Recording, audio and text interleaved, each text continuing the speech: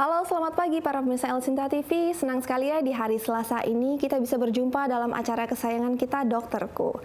Bersama saya, Stefani Claudia, yang selama 1 jam ke depan akan bersama para pemirsa live dari studio El Sinta TV Jakarta dan juga 95,7 Fit FM Radio Semarang. Dalam acara Dokterku ini pastinya kita akan banyak membahas hal-hal kesehatan, edukasi kesehatan bersama narasumber yang sudah kompeten pastinya dalam bidangnya. Untuk mengenai hari ini ya, kita akan membahas mengenai hati-hati, salah posisi tangan bisa bikin neuropati. Nah, mungkin pemirsa di rumah nih suka bertanya ya, bukan saat ini ya lagi bertanya, neuropati itu apa ya? Kok sampai bahkan dikasih warning kata hati-hati? Sepertinya itu masalah yang serius ya. Makanya nanti kita akan tanya-tanya nih ya, kita kupas-kupas ya bersama narasumber kita hari ini, Dr. Rineke Twistiksa Arandita, spesialis neurologi, yang adalah dokter spesialis neurologi atau spesialis saraf dari Rumah Sakit IMC Pulau Mas. Dan bagi para pemirsa yang nanti ingin bertanya, itu bisa telepon langsung di nomor telepon interaktif kami 021 2520 666 atau bisa kirim ke email kami di dokterku@elsinta@yahoo.co.id dengan format nama, alamat, usia, dan pertanyaannya. Kalau gitu langsung saja ya kita sapa narasumbernya nih yang sudah di sebelah saya, Dokter Rineke. Selamat pagi, dokter. Pagi, selamat pagi. Sehat selalu ya, dokter ya. Alhamdulillah. Dan pastinya semangat ya, dok ya, di hari Selasa ini juga ya, dok. Insya Allah. Iya, dok, hari ini kan kita akan membahas mengenai hati-hati, salah posisi tangan bisa bikin neuropati. Terus seperti di awal saya katakan ya, dok ya, sepertinya kan kalau kata neuropati itu masih agak asing ya, dok ya, mungkin ya di telinga awam ya, dok ya. Saya juga masih agak-agak asing sih, dok ya. Terus bahkan sampai yang tadi saya bilang sampai dikasih warning ya, hati-hati, berarti harus benar-benar hati-hati banget ya masalah tersebut ya, dok. Nah, bisa dijelaskan terlebih dahulu, dokter, sebelum kita masuk lebih dalam, neuropati itu apa, dok? Oke. Jadi neuropati itu dia tuh kan dari 2 kata ya, neuron dan pati. Jadi kalau neuron itu adalah sistem saraf. Pati itu dari kata patologi, jadi kelainan gitu. Neuropati ini tapi kita deskripsikannya lebih ke arah sistem saraf perifer. Jadi sistem saraf perifer itu sistem saraf ujung atau yang biasa saya sebut itu kayak sistem saraf yang terganggu tuh cabangnya. Gitu. Jadi kalau misalnya kita ngomongin sistem saraf, dia itu kan seperti pohon ya. Yang kita omongin tuh sistem saraf pusat, lalu ada sistem saraf tepi. Jadi ada pohon, pohonnya punya cabang. Cabangnya inilah sistem saraf perifer yang nantinya dia akan menempel pada otot dan akan membuat otot-otot itu bisa bergerak atau kita bisa merasakan adanya sensasi raba di tangan, di kaki. Nah, itu tuh dari sistem saraf perifer ini yang mengirimkan sinyalnya ke sistem saraf pusat untuk nanti dideskripsikan sama dia, oh ini dingin, oh ini panas, oh ini posisinya sedang berdiri, kayak gitu. Jadi kalau misalnya neuropati, yang gangguannya itu adalah di sistem saraf perifer ya, si cabangnya ini, yang kadang bisa menimbulkan keluhan yang sikapnya pun perifer. Misalnya kesemutan, atau mungkin kedutan, atau untuk yang versi lebih jauhnya bisa juga menimbulkan rasa seperti kelemahan salah satu anggota tubuh, atau misalnya tangan atau kaki, tapi beda ya sama stroke kan, kalau stroke setengah. Ini biasanya dia fokus terhadap hal yang memang dipersarafi sama si saraf perifernya ini. Gitu. Oh, teringat masalah kesemutan ya. Jadi teringat ini semalam ya, bukan semalam, mungkin sore menjelang malam main HP dulu. Biasalah ya kalau mau ngapa-ngapain main HP dulu sambil santai, mager-mageran gitu, buka sosmed.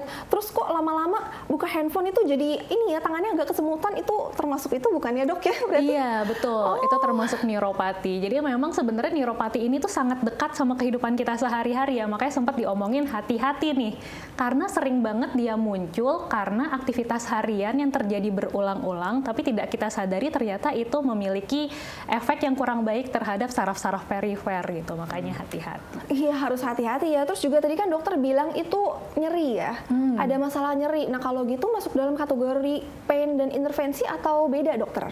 Dia ini kalau kita ngomongin soal kelompoknya, dia termasuk di bidang neurofisiologi karena kita ngomonginnya kan dia adalah sistem saraf perifer ya. Kalau pain intervensi itu udah pasti ada painnya, lalu ditata laksana dengan intervensi gitu. Kalau misalnya neuropati, biasanya kita tidak selalu dia melulu tentang pain. Gitu. Ya bisa aja sih yang terjadi di kita adalah nyeri, rasa terbakar, rasa seperti tersetrum gitu ya. Cuma ada juga yang sifatnya itu kita bilangnya memang rasa tidak menyenangkan, yang mungkin orang-orang bilangnya bukan nyeri ya, seperti kesemutan atau tadi seperti kedutan atau rasa fasikulasi itu kayak ada gerakan-gerakan yang mendadak gitu ya, yang bisa aja muncul karena memang gangguan dari sistem saraf perifer. Jadi dia tidak melulu soal pain sih.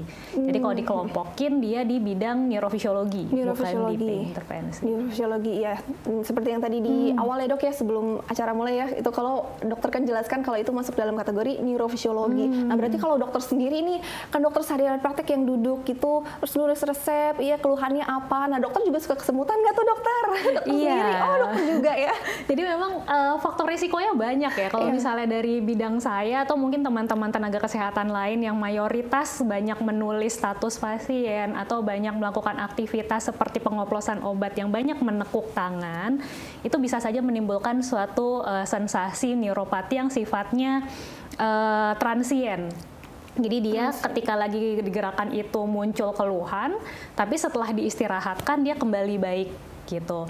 Tapi memang harus diperhatikan kalau ini terjadi setiap hari, bisa aja kadang kan kelupaan ya untuk mengistirahatkan itu karena misalnya beban pekerjaan terlalu banyak. Mungkin nggak cuma tenaga kesehatan ya, mungkin teman-teman yang kerja di kantoran pun setiap hari mengetik depan layar komputer dengan posisi duduk kadang yang tidak baik juga, posisi leher, posisi bahu juga kadang menjadi kurang sesuai. Itu juga bisa tuh bikin neuropati. Gitu. Dokter sebut bahu, saya langsung gini loh tadi. Refleks ya. Iya, refleks ya, benar, jadi saya memang refleks. kadang tuh kita nih sudah tahu posisi yang baik tuh seperti apa sehingga tidak menimbulkan keluhan. Cuma lagi-lagi nih, mungkin kadang dengan jangka waktu kerja yang panjang, refleks aja posisi tubuhnya. Mungkin yang awalnya tegap baik, lama-lama jadi agak menunduk. Yang awalnya bahunya bisa sesuai dengan kesegarisan badannya, tiba-tiba agak lebih menunduk. Nah itu kadang kalau dilakukan setiap hari, tidak disadari jangka panjang, bisa menimbulkan neuropati. Bisa menimbulkan neuropati. Nah, terus kan kalau tadi kan dokter jelasin salah satunya misalnya semutan, terus nyeri, itu kan kayaknya dari ujung kaki hingga ujung kepala ya dok ya masalah ini, dan nggak mungkin kita bahas hari ini semuanya ya dok ya.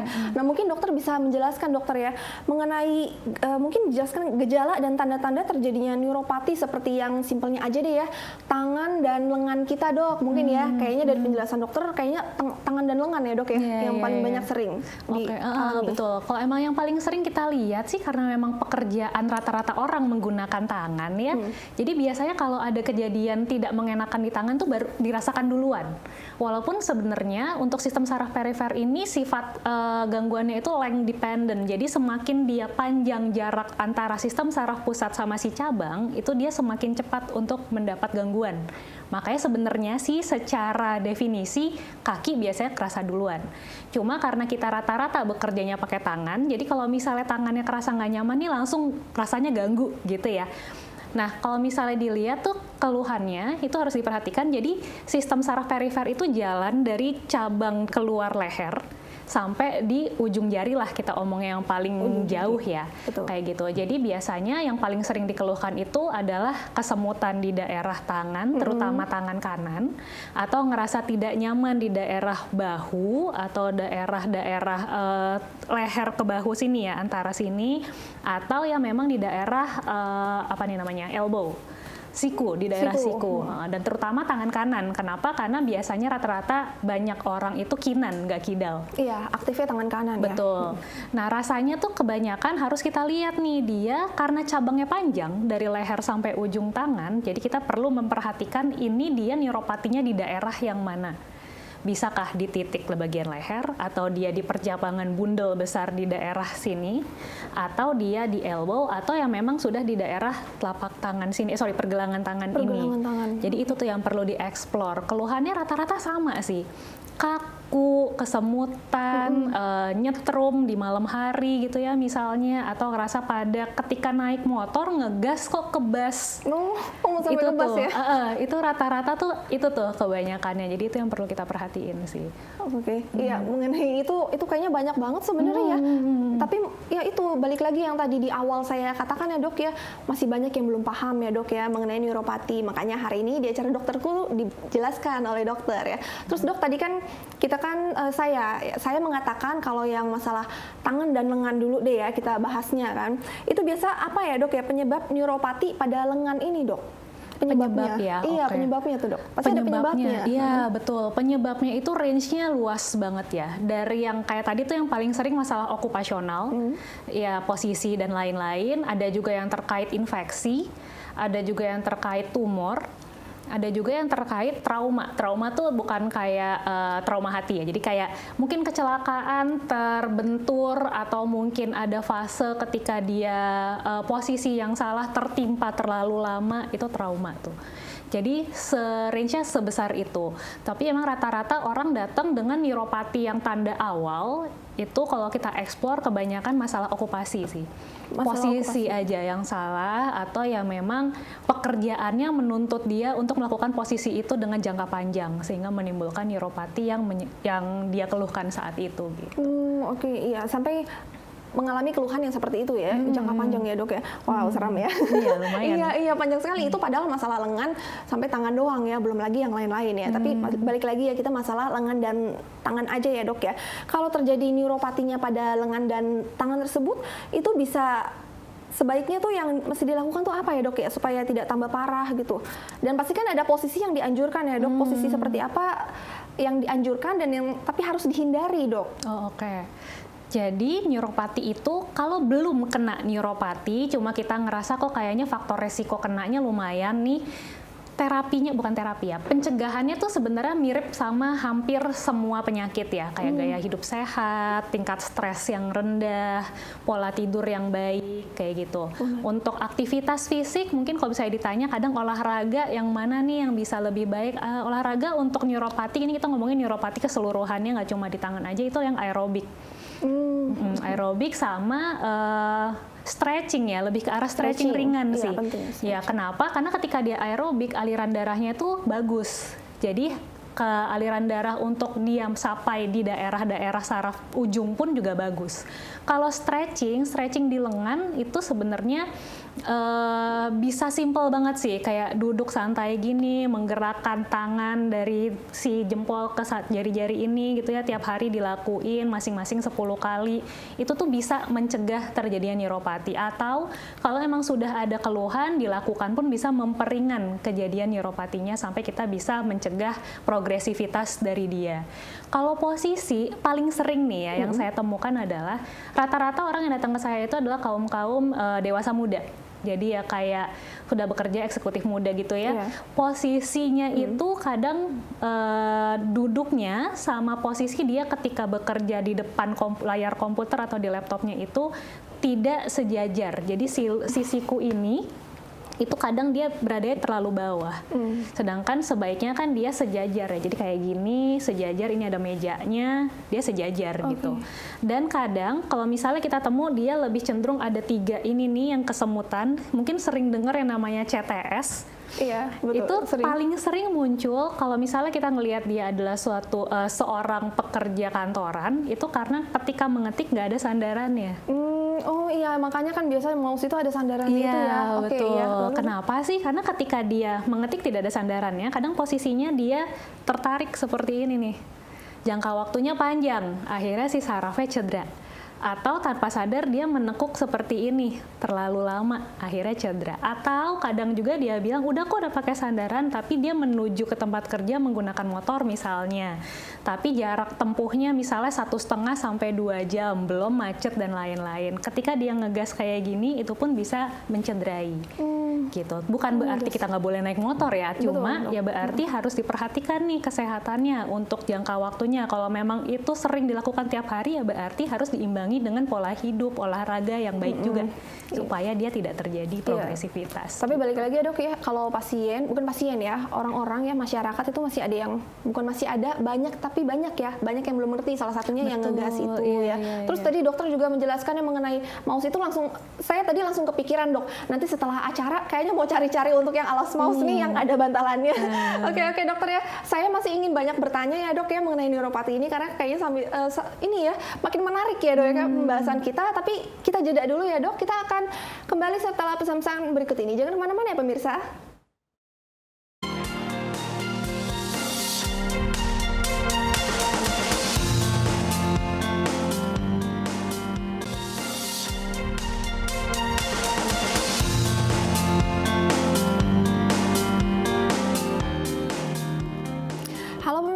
bersama saya Stefani Claudia dalam acara Dokterku.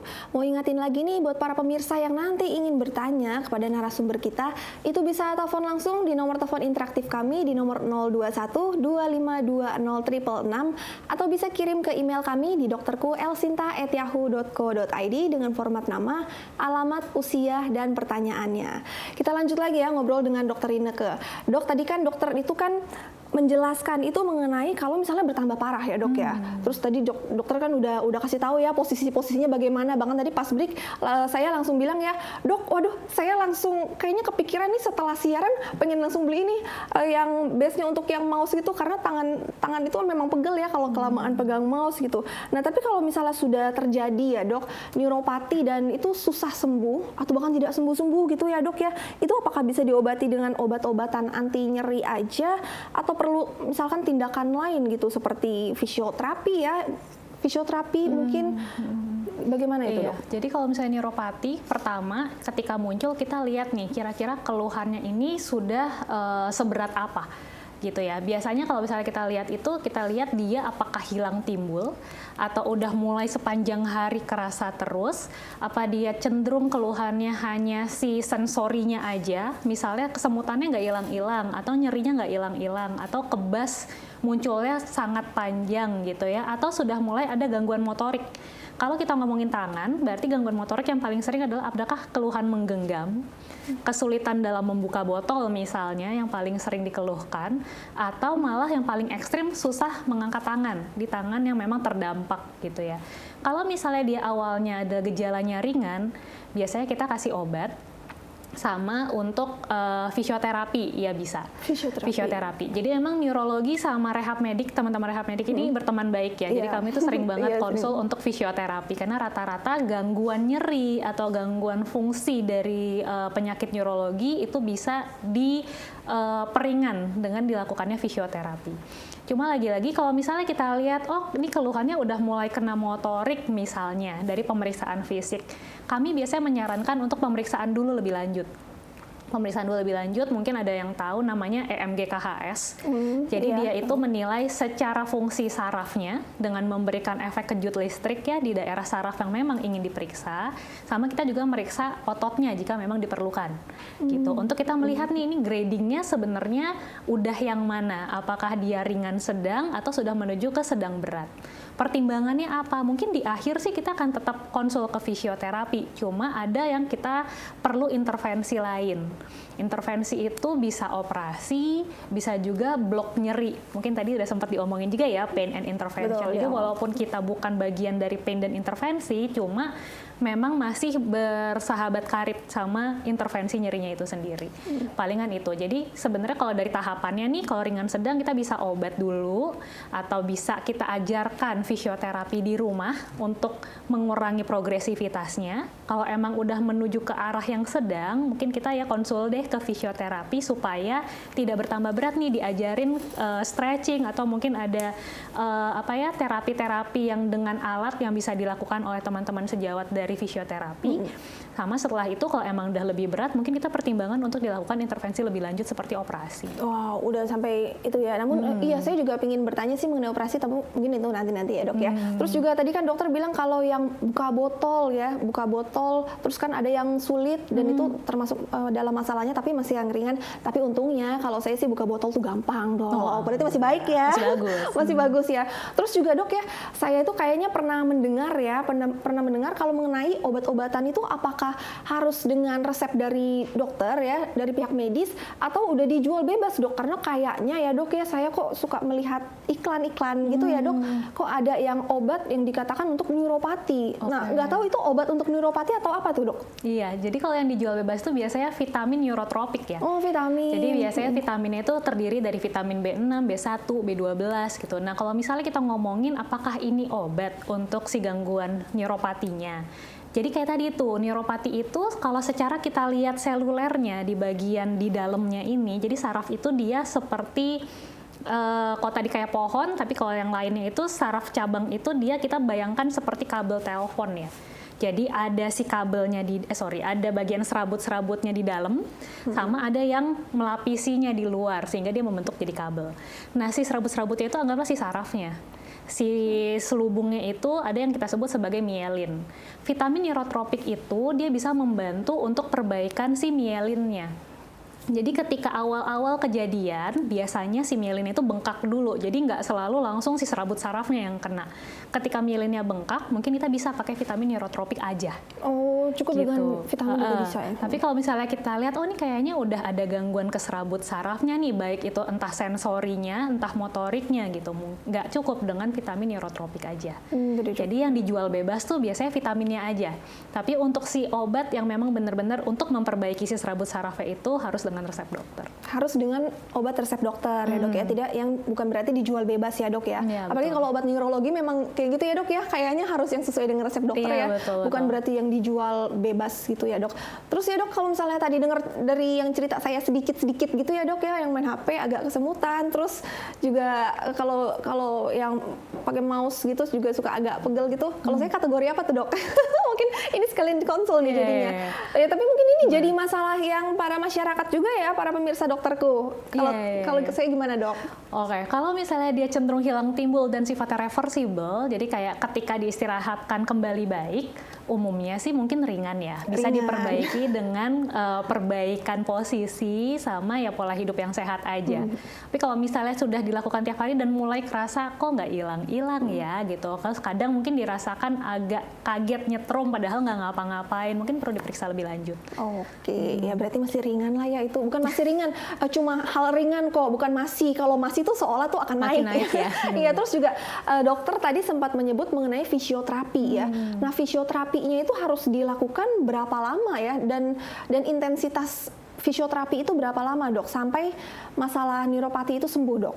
Oke, kalau untuk fisioterapi sih biasanya kita lihat dari berat ringannya si gejala ya, si neuropatinya itu. Ada beberapa pasien karena kita bekerja sama dengan teman-teman di rehab medik, biasanya teman-teman rehab medik tuh yang bikinin programnya. Jadi ada siklus-siklusnya gitu ya. Siklus pertama tuh biasanya 4-6 kali fisio.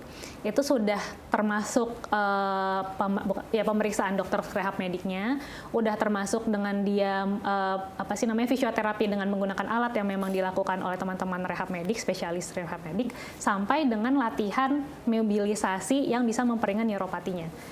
Nah, kalau neuropatinya derajatnya ringan, mungkin 1-2 siklus cukup ya. Cuma ada juga yang neuropatinya mungkin sedang berat, ya itu berarti kan kita lihat nih, kalau misalnya dia ternyata perlu operasi, ya berarti operasi dulu. Operasi dulu, terus nanti fisioterapinya disesuaikan dengan riwayat penyembuhannya, perjalanan penyembuhannya seperti apa. Kalau emang ternyata operasinya mungkin ada waktu tertentu, berarti ya kita fisioterapi dulu untuk mencegah progresivitas, baru entar abis operasi dilanjutin lagi. Jadi emang range-nya tuh beragam banget. Mungkin kalau kita ngomongin secara hari, bulan, minggu ya, mungkin bisa antara dari 1-2 bulan ya untuk ringan sedang, sampai mungkin tahunan pada pasien-pasien dengan neuropatinya tipe metabolik, misalnya pada diabetes polineuropati, atau mungkin ada neuropati karena keganasan, atau neuropati pasca kemoterapi, itu kan beda lagi ya. Iya. Jadi emang range-nya panjang banget sih. Range-nya panjang ya. Dan mungkin ini ya dok ya, setiap penyakitnya sepertinya ada step-stepnya kan. Misalkan yang step 1 ya, yang saya tahu ya step 1, step 2, dan makanya dinilai dari itu juga ya, kalau misalnya neuropatinya itu masalahnya masih step 1, ya mungkin hanya sebulan cukup, atau kalau udah neuropatinya yang jenis lain gitu, yang makanya step yang berikutnya ya, yang lebih lama gitu ya dok. Bisa sih, bisa sederhananya kayak gitu. Yang berarti ya kita lihat dari gradingnya dulu. Semuanya bermula dari grading nih. Ketika gradingnya ternyata sudah jelas, ya kita langsung melakukan program fisioterapi yang sesuai dengan grade-nya itu. Oh iya, karena kalau masalah yang fisioterapi itu juga kan kebetulan saya pernah melakukan fisioterapi ya, tapi masalah lain itu juga dilihat tuh kan di ronsen dulu. Oh, dari hasil ronsennya ini cukup fisioterapi waktu itu hanya 1 bulan karena dilihat dari grade-nya tersebut. Iya, betul ya, dok. Nah, tadi juga dokter kan sudah menjelaskan ya, sebenarnya ini juga sebenarnya menjadi pertanyaan saya juga sih ya, kalau misalnya fisioterapi itu berulang kali tidak membaik, langkah berikutnya itu ini ya dokter kan tadi sebutkan operasi ya dok ya. Iya. Nah, terus kalau mengenai masalah neuropati ini ya, apa ada saran untuk olahraganya dok? Olahraganya itu kan biasanya sensitif ya dok, apalagi kan yang sampai tadi dokter katakan sampai lengan, tangan gitu. Olahraga yang disarankan itu apa dokter? Olahraga yang disarankan tuh yang aerobik. Jadi yang aerobik tuh seperti sepeda ya. Sepeda bersepeda, berenang, lari. Tapi kalau misalnya aerobik, kenapa sih kita mencetuskan aerobik? Karena dia untuk memperbaiki aliran darahnya sih.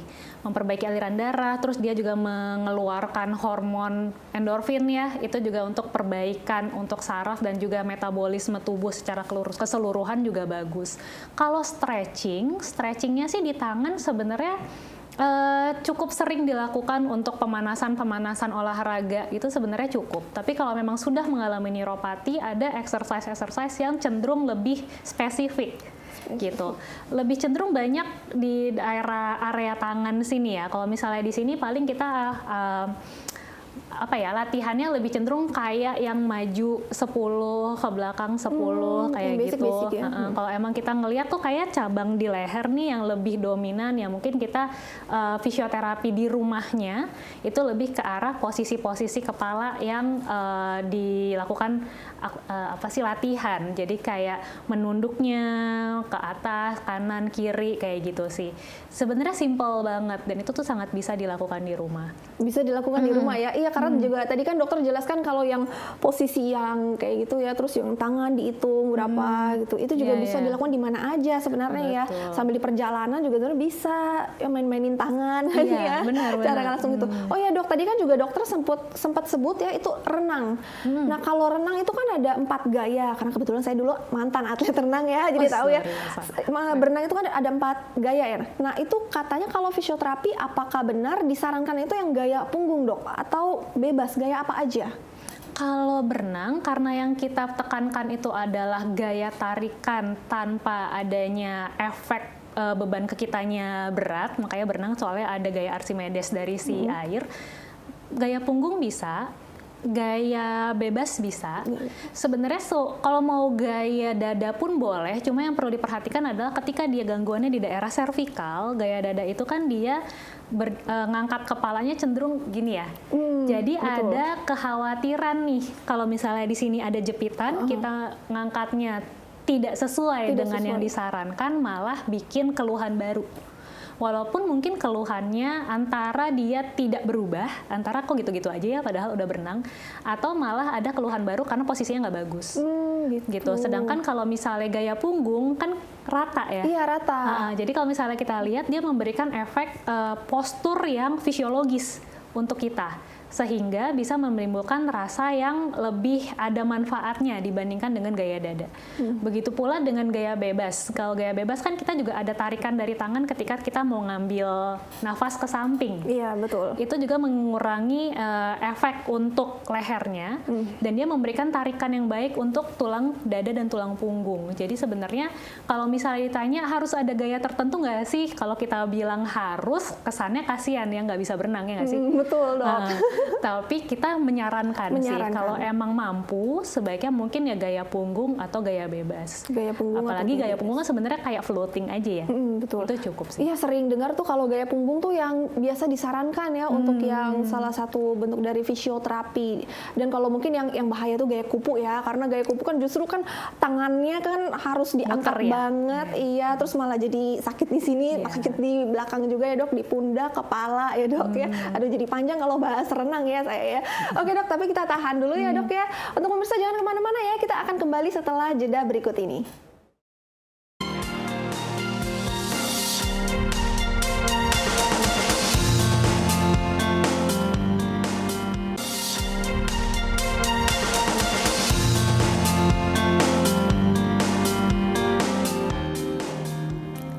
Masih bersama saya Stefani Claudia dalam acara kesayangan kita Dokterku, dan kita masih berdiskusi nih ya bersama Dr. Rineke Twistiksa Arandita, spesialis neurologi yang masih membahas hati-hati salah posisi tangan bisa bikin neuropati. Dan ingin mengingatkan lagi buat para pemirsa yang ingin tanya langsung ke Dr. Rineke, itu bisa telepon langsung di nomor telepon interaktif kami 021 2520 666 atau bisa kirim ke email kami dokterku elsinta@yahoo.co.id dengan format nama, nama, alamat, usia, dan pertanyaannya. Ini walaupun pertanyaannya juga udah mulai banyak yang masuk nih ya kalau bahas gini, karena kayaknya nih banyak dialami ya. Karena saya juga tadi kan juga bilang ya, saya sendiri juga kayak pernah mengalami, bahkan sering mengalami ya. Oke dokter Inneke, kita lanjut lagi ya dokter ya. Ini bukan mungkin ya, kayaknya setiap penyakit itu suka ditanya nih dok ya. Dok, apakah penyakit aku ini ada faktor genetik gitu? Itu kayaknya tiap penyakit suka ditanyain gitu dok. Gimana dok mengenai masalah ya, neuropati? untuk neuropati ya.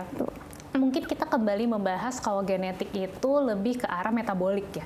Metabolik. Jadi kalau misalnya kita ngomongin seperti carpal tunnel syndrome atau pokoknya hal-hal neuropati yang berhubungan karena ligamen dan menjepit, itu tidak ditemukan genetiknya. Mungkin belum ditemukan genetiknya. Tapi kalau kita ngomongin diabetik polineuropati atau kayak neuropati karena riwayat rheumatoid arthritis, rata-rata memang ada genetiknya. Cuma memang sampai saat ini penyakit-penyakit neuropati yang berhubungan sama gen itu secara epidemiologi itu rendah. Jadi sekian persen lah, nggak nyampe 50, nggak nyampe 20% kayak gitu. Jadi biasanya kalau pasien datang dengan usia-usia yang memang usia dewasa muda, atau kayak usia-usia yang sudah cenderung lebih lanjut, kita pikirkannya tidak langsung ke genetik. Gitu, karena genetik kan umumnya bawaan, biasanya usianya lebih muda ketika didapatkan keluhan tersebut gitu. Tapi kalau ditanya ada nggak sih yang genetik, ada nih, tapi yang sifatnya lebih ke arah metabolik kayak tadi tuh diabetes polineuropati ya berarti mungkin diabetesnya yang genetiknya. Rheumatoid arthritis berarti rheumatoid arthritisnya yang ada riwayat genetiknya. Kalau untuk neuropatinya biasanya dia adalah suatu faktor yang sekunder. Gitu. Oke dok, mengenai yang ada sedikit faktor genetik, apa ada presentasinya dokter? Itu sekian berapa persen ya? Karena ada salah satu ya masalah neurologi yang saya ketahui itu ada faktor genetik tapi hanya 2%.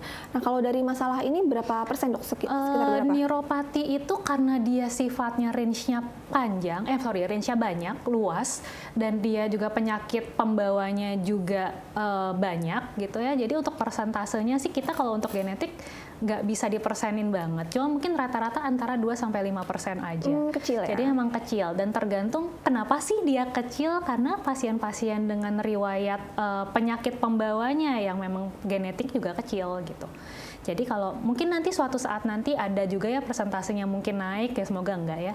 Amin. Atau mungkin dia stabil di situ, atau mungkin kita menemukan penyakit yang memang dari genetik menyebabkan neuropati, mungkin nanti akan ada perubahan epidemiologi lagi. Iya, yang pokoknya yang tidak sampai yang 50%, 30% itu kan besar ya dok ya. Ini tidak sampai ya. Enggak. Nah terus dok mengenai masalah neuropati ini juga mungkin pasti kayaknya tiap penyakit juga banyak ditanyain ini, apa ada diet khususnya tidak dok? Misalnya pantangannya, atau tidak boleh banyak makan ini, atau harus banyak makan apa? Bagaimana dok mengenai diet khususnya? Oke, kalau untuk neuropati dietnya kurang lebih sama dengan diet penjagaan pola hidup sehat rata-rata orang. Kurangi lemak, kurangi alkohol, tidak merokok, olahraga dengan intensitas yang cukup dalam 1 minggu. Jadi misalnya intensitasnya ringan sedang, berarti kita alokasikan 150 menit dalam 1 minggu. Atau kalau misalnya dia high intensity, kita alokasikan 75 menit dalam 1 minggu. Kayak gitu. Untuk pola hidup makan makanan tertentu sih enggak ya sebetulnya. Baik. Kecuali kalau memang sudah memiliki penyakit bawaan yang mendasari neuropatinya. Misalnya pada pasien dengan diabetes, pasien dengan hipertensi hingga menyebabkan gangguan fungsi vaskular, itu akan ada diet-diet tertentunya. Tapi kalau misalnya kita ngomongin neuropati karena gangguan dari posisi, atau mungkin ada yang aktivitas fisiknya terlalu memforsir si saraf tertentu, biasanya sih kita nggak ada yang pantangan nggak boleh ini nggak boleh itu ya. Cuma kalau ketika fase akut mungkin kita lebih cenderung protein hewaninya coba dicukupkan dulu. Karena emang protein hewani itu dia baik untuk kesehatan sendi, kesehatan otot, termasuk kesehatan si saraf ini sendiri. Ya kalau pantangan yang tadi dokter katakan di awal ya, yang alkohol, rokok, terus harus banyak olahraga, kayaknya memang itu untuk semua orang ya, bahkan yang tidak penyakit pun juga harus melakukan itu ya dok. Betul. Ya. Terus juga beda kasus sama kalau yang neurovaskular ya, wah itu banyak pantangannya ya dok ya. Oke dokter, dok kita menuju ke pertanyaan nih ya dok ya. Boleh ya dok, kita ada pertanyaan dari Lina Jakarta. Halo. Dokter, beberapa waktu lalu pergelangan tangan kanan saya luka karena kegores keramik yang bagiannya tajam dan lukanya sih tidak terlalu parah. Tapi lama-lama tangan kanan saya kok lemes. Terus bagian pundak kanan juga pegel-pegel dan sakit, Dok. Kira-kira itu kenapa ya, Dok? Bagaimana, Dok? Halo Mbak Lina ya. Jadi kita bisa memastikan ini dari mana, yang pasti kita harus pemeriksaan fisik dulu ya. Tapi kalau misalnya dari ceritanya nih, kalau misalnya goresan keramik umumnya sih dia tidak melewati dermis dari si kulit ya. Jadi ya biasanya tidak sampai bikin cedera langsung ke sarafnya kalau emang dia keramiknya nggak itu banget, nggak dalam banget. Tapi kalau tadi sempat bilang ada rasa pegel-pegel di daerah pundak, mungkin kita pikirkan masalahnya dari ujung cabang saraf yang keluar dari leher. Mungkin dilihat lagi kanan nih, seperti yang tadi kita omongin kan, rata-rata keluhannya kanan karena emang kanan yang lebih aktif. Betul. Abis ngapain? Mungkin yang perlu dikilik 3 minggu ke belakang mungkin, atau mungkin 1 sampai 1 bulan ke belakang, abis ngapain? Apakah memang abis ada aktivitas yang banyak seperti mungkin buka catering misalnya, atau mungkin memang masaknya lagi agak banyak tiap hari, atau mungkin abis pindahan atau abis ngangkat dan lain-lain, itu yang bisa memicu terjadinya neuropati. Jadi coba dilihat lagi nih aktivitasnya apa. Atau yang kedua, posisi tidur. Posisi tidurnya seperti apa? Apakah memang posisi tidurnya cenderung menimpa sisi kanan? Itu bisa juga memicu neuropati. Atau kalau misalnya ternyata enggak, posisi tidurnya biasa aja, bantalnya ternyata itu perlu tuh diperhatikan. Bantalnya dia posisinya membuat kepala ketika tidur agak menekuk nggak atau agak mendangat nggak, itu mungkin juga bisa menimbulkan neuropati yang sifatnya reversible gitu. Jadi hal itu dulu yang perlu kita explore. Kalau emang ternyata kita menemukan ada faktor risiko di situ, ya kita perbaikannya sesuai dengan faktor risiko yang ada. Oke, jadi itu harus di review lagi ya, Dok ya? Iya, harus di review lagi ya. Itu sebelumnya tuh ada masalah apa ya? Jadi bukan yang hanya tertusuk yang tadi ya, keramik aja ya. Oke, semoga menjawab ya Mbak Lina dari Jakarta. Dan berikutnya nih dokter, ada pertanyaan dari Yeni Bekasi. Halo dokter, saya tiba-tiba merasa kesemutan di tangan kiri saya. Kalau ini kiri ya kali ini. Tangan kiri saya. Kenapa ya dok? Lebih tepatnya sih di jari tangan dok. Kesemutannya ini sering muncul tapi juga hilang timbul dok. Kadang kalau lagi muncul saya sampai susah ngapa-ngapain dok, susah beraktivitas. Bagaimana dok? Nah ini kali ini yang tangan kiri ya dok ya, mungkin kiri ada kidal ya. Kidal, oke. Kita nggak tahu ya ini kidal atau enggak ya, kalau Mbak Yeni di Bekasi. Jadi memang pertanyaan pertama itu dulu tuh, kidal atau enggak. Kalau emang ternyata tidak kidal, kembali kita lihat aktivitasnya seperti apa, tilikan aktivitas dalam 1 minggu sampai 1 bulan. Kesemutannya kalau dia bilang cenderung di ujung-ujung jari, ada nggak ujung-ujung jari tertentu? Pada beberapa saraf perifer di tangan kita itu paling nggak sedikitnya ada 3 nih. Ada yang namanya carpal tunnel, dia di daerah mirip-mirip agak-agak tengah sini nih, akan menimbulkan cedera di saraf medianus namanya. Ada juga yang di daerah dekat-dekat jempol, yang cenderung lebih ke arah punggung tangan.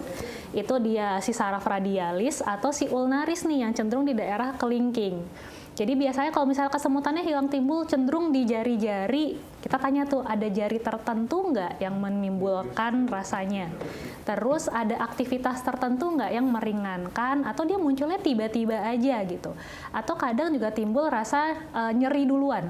Jadi ada nyeri duluan, nyerinya misalnya di sendi-sendi jari, di di pergelangan tangan, abis itu baru kesemutan. Mungkin kita bisa mengeksplor keluhan gangguan sendi lain sebelum kita ngomongin neuropatinya.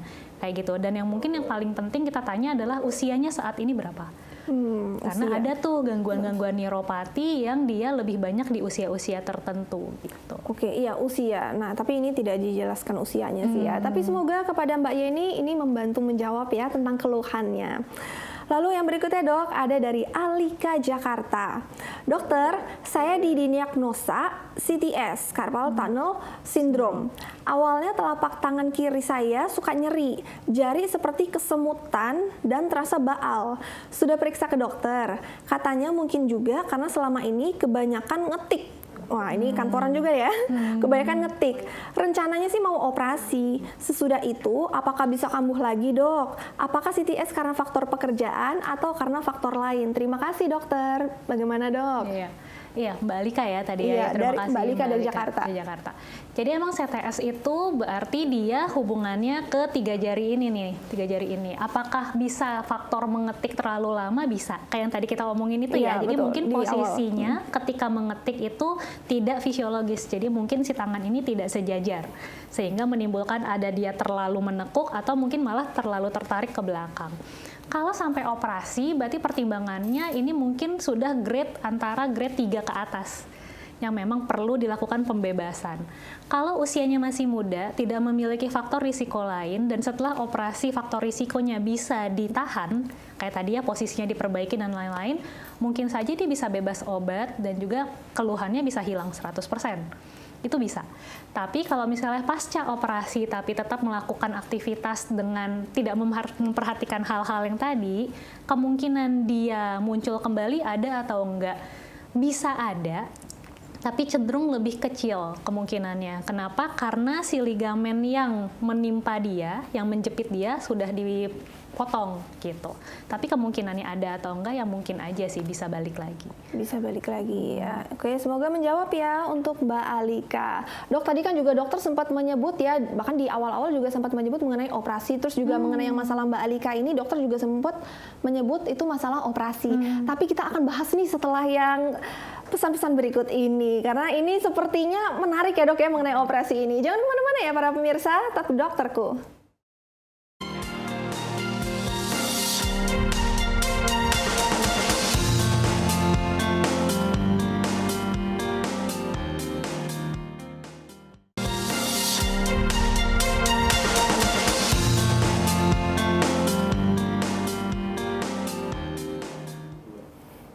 Halo, masih bersama saya Stefani Claudia dalam acara Dokterku. Kita lanjut lagi nih ya diskusi kita bersama Dokter Ineke. Dok, tadi kan yang sebelum kita break itu kan saya sempat mengatakan ya dok, kita udah mulai mau masuk nih membahas mengenai operasi, karena tadi di awal, di tengah, bahkan yang pertanyaan dari pemirsa itu juga ada yang menanyakan tentang operasi. Nah itu biasanya tuh prosedur operasinya itu bagaimana gitu? Kok sampai pasien itu dirujuk harus sampai melakukan operasi? Itu bagaimana tuh dok?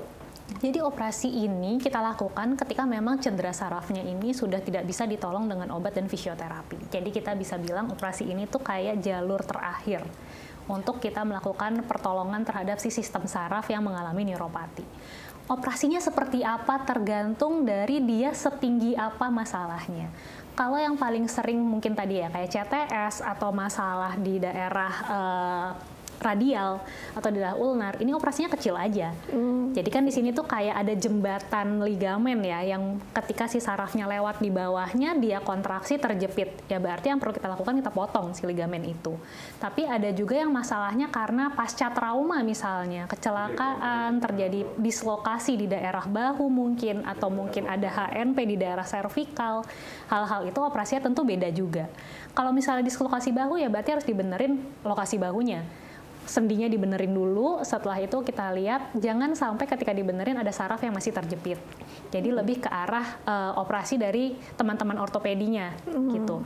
Kalau misalnya masalahnya HNP ya berarti kita harus lihat HNP-nya tingkatnya yang mana nih, apakah masih perlu cuma untuk kita bebaskan dari jepitan atau yang kita sebut sebagai laminektomi, atau memang dia udah ada masalah, mungkin pernah ada patah di daerah tulang leher ya berarti harus dibenerin juga gitu. Jadi prosedurnya itu tergantung dari penyebab awalnya apa, dan tentu itu bisa dari yang operasi ringan kita bisa lihat misalnya ya se-ekstrim itu, atau yang benar-benar kita harus tidur total ketika dilakukan tindakan operasi. Gitu. Oh, dokter menyebut HNP, kebetulan ya dok ya, saya juga pernah tuh melihat program HNP ya dok. Iya, terus dok ya, kalau misalnya pasien mendengar operasi itu pasti brain image-nya itu operasi seram, betul ya dok ya, bahkan mungkin katanya dokter juga ya dok ya. Oke, tapi mengenai yang operasi itu ya dok ya, kan pasien itu kan sering kali atau mungkin hampir semua itu kan takut ya dengan operasi. Terus pasien itu pengennya fisioterapi aja deh walaupun lama. Nah itu bisa atau tidak tuh dok kalau misalnya pasien kayak gitu dok? Jadi memang harus diedukasi dulu ya si pasiennya. Ketika sistem sarafnya ini kita bilang, wah ini kalau nggak operasi kayaknya agak sulit nih. Mungkin kita kasih analogi aja. Anggaplah yang paling bisa dilihat misalnya jari kejepit. Jarinya kejepit nih, nyeri dong. nyeri, terus dengan jepitan yang lama-lama juga muncul rasa yang kurang nyaman seperti kebas atau mungkin sampai tidak bisa digerakkan jarinya. Kita minum obat, dikasih obat dan dikasih fisioterapi untuk mengurangi keluhannya. Tapi jarinya kan tetap kejepit, ya nggak? Ketika jarinya tetap kejepit, berarti proses kerusakan itu akan tetap terjadi walaupun kita memberikan dalam tanda kutip kayak simptomatiknya gitu. Mungkin nyerinya perbaikan sebentar, nanti muncul lagi karena kan proses kerusakannya tidak kita tangani. Kayak gitu pertimbangannya. Jadi kalau misalnya memang dia jepitannya sudah berat, tidak operasi, ya kita kasih analoginya kayak gitu aja, biar nanti pasiennya juga berpikir kan, kayak iya juga ya, kerusakannya jadi kesannya kayak tutup lubang buka lubang gitu. Kita kasih penutup lubangnya dengan fisioterapi dengan obat, tapi ia akan terbuka lagi karena proses jepitan itu tidak selesai. Tidak selesai. Gitu. Kalau misalnya dibilang apakah bisa sembuh, Dok? Enggak. Itu sebenarnya pertanyaan saya setelah ini. Iya. Oh, jadi enggak. Kalau kita lihat indikasinya ya operasi gitu. Operasi ya. Jalan keluarnya kayak tadi kita sebutkan, operasi itu adalah jalan terakhir kita ketika obat dan fisioterapi sudah tidak bisa membantu gitu. Dengan kita melihat dari gambaran foto imagingnya, memang gambarannya khas untuk HNP atau penjepitan saraf tertentu gitu. Jadi pertimbangannya itu aja. Kalau emang tapi lagi-lagi semuanya kita kembalikan keputusan di tangan pasien. Betul. Menurut pasien yang terbaik ya kita kerjakan aja dulu gitu ya. Tapi nanti ya kita akan tetap menjelaskan tuh kalau ini dengan operasi kita bisa mendapatkan hasil yang lebih optimal kalau memang perlu operasi. Kalau memang tidak perlu operasi ya kita fisioterapi aja cukup. Apalagi kadang juga kita awal-awal kalau misalnya di daerah sini misalnya habis dislokasi ya berarti ini kita imobilisasi dulu gitu, pasang slab. Kalau misalnya di sini ada CTS belum operasi ya mungkin kita imobilisasi dulu dengan memasang splint kayak gitu. Intinya sih untuk menjaga supaya posisinya tetap fisiologis. Ya, jadi para pemirsa ya kalau disaranin sampai operasi jangan nego-nego ya, karena itu adalah solusi yang terbaik ya untuk pasien, dan operasi itu tidak seseram yang dibayangkan oleh dokter. Tidak berasa ya dokter ya kalau kita sudah 1 jam. Mungkin ada closing statement dari dokter nih Dok mengenai masalah neuropati ini. Oke. Jadi untuk pemirsa dokterku, jadi neuropati ini adalah suatu hal yang sebenarnya sangat dekat dengan kita dalam kehidupan sehari-hari, tapi ternyata bisa dicegah dengan sesederhana memperbaiki posisi tubuh dan juga pola hidup yang baik. Semoga sih untuk neuropati ini tidak dirasakan dalam jangka panjang sehingga juga tidak memerlukan pengobatan jangka panjang hingga menimbulkan proses intervensi. Oke, dokter ya, tidak berasa ya dokter ya bahas ini yang padahal cuma lengan tangan aja ya Dok ya, sampai 1 jam ya dokter ya. Terima kasih banyak ya kepada Dokter Inneke Twistiksa Arandita, spesialis neurologi yang adalah dokter spesialis neurologi dari Rumah Sakit IMC Pulau Mas. Semoga itu bermanfaat ya dokter ya. Oke, terima kasih kepada para pemirsa yang telah menyaksikan program Dokterku. Jangan lupa saksikan selalu setiap hari Senin sampai Jumat jam 9 pagi sampai jam 10 pagi hanya di El Sinta TV. Saya Stefani Claudia beserta kru yang bertugas pada hari ini pamit undur diri. Sampai jumpa, sehat selalu.